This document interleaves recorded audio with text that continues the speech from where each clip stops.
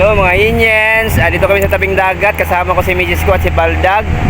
Ayan si Baldag. Oh, Baldag, kaway ka Baldag. Kaway Baldag. Ayan si Baldag oh.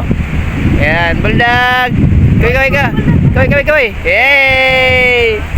Ayan mga Indians, no, kumuha kami ng kahoy na panggatong. Ito, dito sa tabing dagat marami ito. Ayan, panggatong na kahoy. Pupulutin lang yan dito.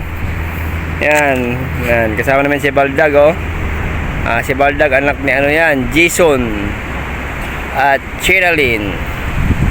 Ayan, pamangkin ni Mrs. ko yan, si Baldag. Yan, kukuha kami ng kahoy ng panggatong sa tabing dagat. Yan, mga yes, marami dito mga yan. So ito. Ayan. Marami dito panggatong. Yan, para ano, tipid.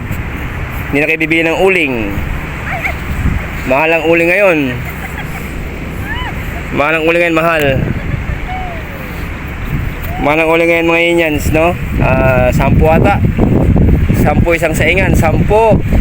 Kung sa pangatlong bihis kayo magsaing, gano'n na? 10, 30 na. 30 o 30 times mo yan sa ano din, isang araw. O sa ano, sa isang buwan, ano din yan, 900. Sayang na yung 900 mga yan, isang buwan, sayang na yung 900, no? Tipid na, makatipid na kayo ng 900 dito pag ano kayo, sagaan nyo na mamulot dito.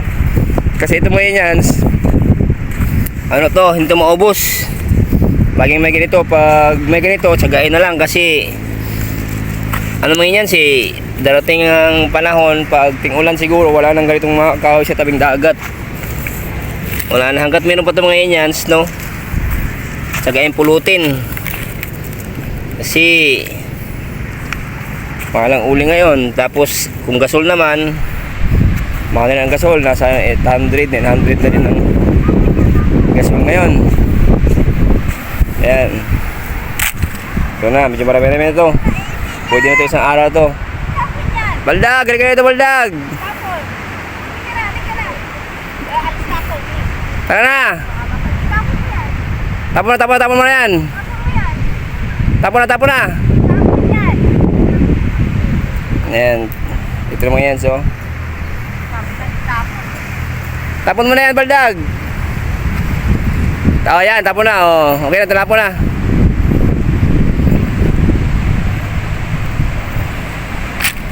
Ayan. Medyo okay na to. Paano na to, pang makaluto tayo isang saingan. So yun mga niyans, no, na para makatipid kayo sa panggatong, no. Ito na kayo. Ito na. Dito kung malapit sa tabing dagat, pwede kayong mamulot, no, ng mga panggatong, no, para tipid kasi malang uli ngayon, 10 piso isa, minsan 12 pa. Okay mga niyans, no, salamat sa panood. God bless you, more power, keep safe. Sana nasa buti kayo kalagayan. Bye bye mga niyans.